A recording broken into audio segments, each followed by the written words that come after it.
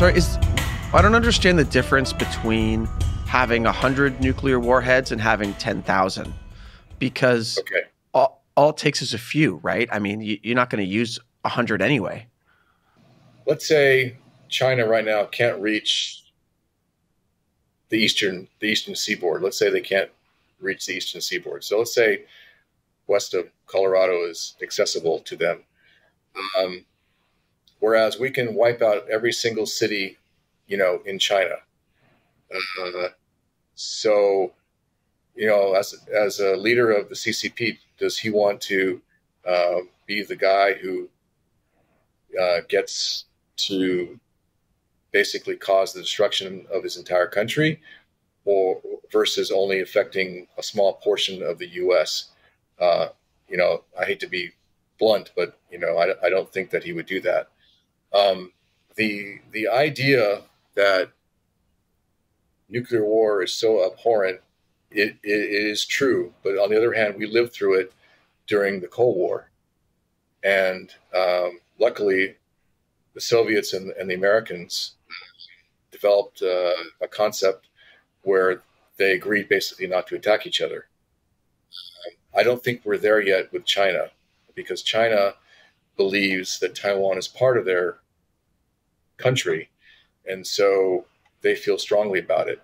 Now, if they were invading Japan, which we have an alliance with, or if they were invading Australia, then their calculus, their justification to do it is weaker. And this is what we talked about earlier: is the hype that the nationalists in China want to take over Taiwan as sort of an end of an era where Mao and Chiang Kai-shek were, fighting each other, and the taking over Taiwan would sort of be the final act of that history. And I believe that Xi Jinping wants to be part of that act, and he wants to be equal to or greater than Mao. So he can't really do that unless he gets Taiwan. Again, it becomes a calculus of the politicians who are in charge to decide what they want to do. And so far, I don't think Xi Jinping is in a position to do what he wants to do. But should he decide to do what Putin threatened, it could cause pause for a president of the United States to decide what to do. And the people have a vote in that area, and we might decide not to question or not to take a chance with nuclear war with China. Well, I kind of don't know what's the right, move in that case, right? Because if you accept the CCP's threat, right. So my suggestion, the move is now. The move is we should be resupplying. We should be providing weapons and training. We should be exercising with the Taiwanese military. We should have them go train in the U.S. We should have them go train in Japan, Australia. We should be doing things now to not only prepare them, but also to help deter the CCP from thinking about doing something in the future. So the longer that they are delayed in making their decision to invade or blockade or all the other options, the better it is for Taiwan. What about non-military things? What should the U.S. other countries be doing right now to support Taiwan? Well, first of all, the U.S. and other countries should encourage countries that don't have representatives in Taiwan to establish representative offices here. And as part of that representation, they should also look into economic exchanges where the two countries can buy and sell things. This will help Taiwan to be less dependent on China, and other countries be less dependent on China as well. So that's one thing, is increase diplomatic relations. Now, I'm not talking about embassies. I'm not talking about formal relations, because obviously China might come down very hard on those countries. But opening up a TECO, an economic office, economic and cultural office. Kind of what Lithuania did. Yeah, Lithuania did a little more. They called the office Taiwan Representative Office. That was Right. the word Taiwan was a problem. Instead of Taipei, yeah. Yes, yeah. Second, in the international arena, more countries should encourage Taiwan to participate. Like there was a large number of countries that wanted Taiwan to participate in the World Health Organization. More countries should be involved in trying to encourage Taiwan to participate in many different organizations, not just the World Health Organization. So a lot of the UN organizations that have importance to Taiwan, which Taiwan should hopefully become a member at some point, or at least an observer, which many non-countries do. I think that diplomatically and the press should try to show that Taiwan and Ukraine are very similar, and really hit that point hard, because obviously the PRC doesn't like that, because they want to make it sound like Taiwan is not like Ukraine, because Taiwan is part of China and it should not be treated like Ukraine. So that's a sort of a propaganda point. So on the economic side,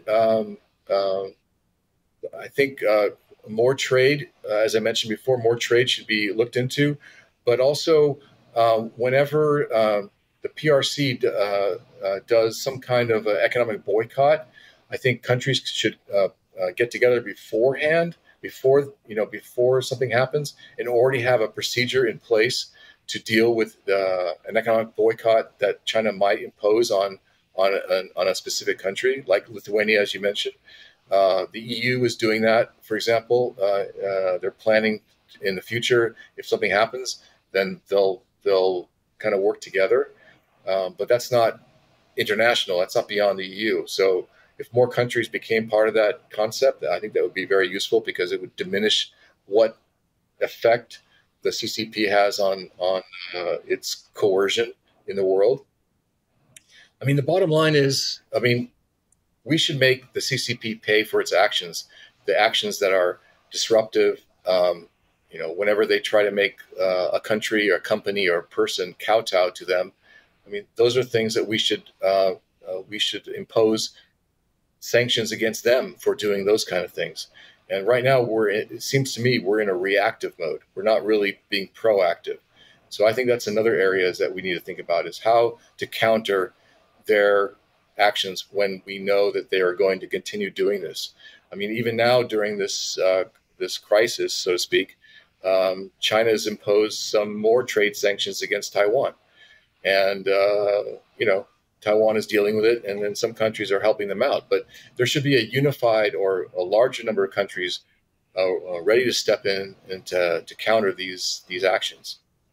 Now, you're suggesting joint military exercises with Taiwan the way that the U.S. does it with Japan or South Korea, Australia, and so on. Correct. Obviously, it would be extremely valuable in terms of defense to have U.S. generals have that experience working with Taiwanese generals and have the militaries cooperate, so that the two militaries could actually work together in a war scenario.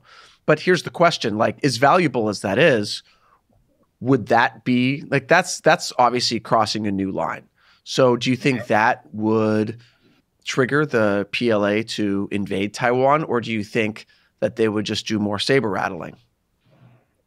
So as you probably know, last year, the administration admitted that there were U.S. military personnel in Taiwan conducting training. So the training is going on, but it's like a few dozen Marines, right? It's not like a huge force. Sure, a few dozen Marines this year, maybe a few hundred this coming year, maybe a few thousand a couple of years from now. The thing is that just like cooking a frog, we need to progress, we need to move forward, and we need to increase. One of the things that we could do, for example, is we have all these ships in the area.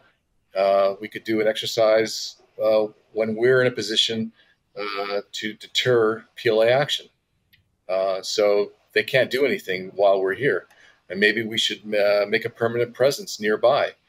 For example, we could have a missile, one of our Aegis missile defense cruisers, destroyers off the coast of Taiwan, doing what they call a picket, going around nearby, providing missile defense information to Taiwan.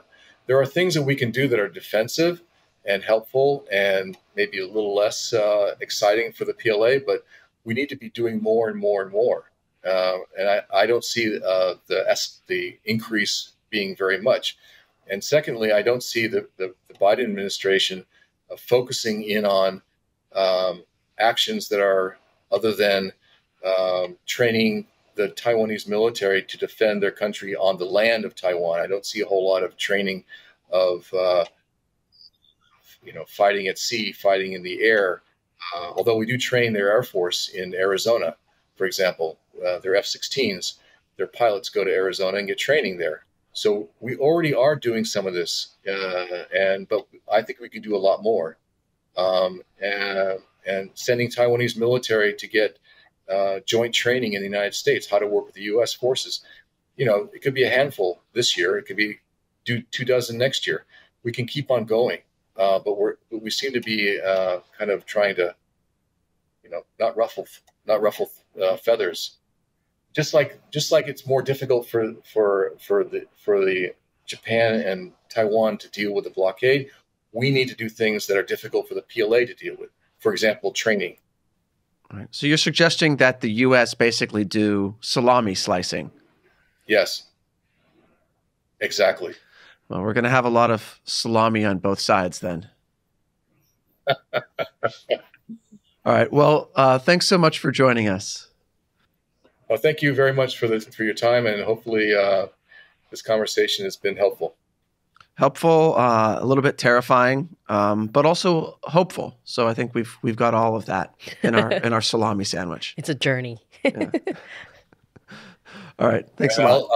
I'll look up your papaya milk drink in the 7-Eleven when I go out next time. Oh yeah, no, that's very important. You'll enjoy that, or maybe you won't. Like if you're lactose intolerant or something, then don't do it. But at least you'll know whether they have it.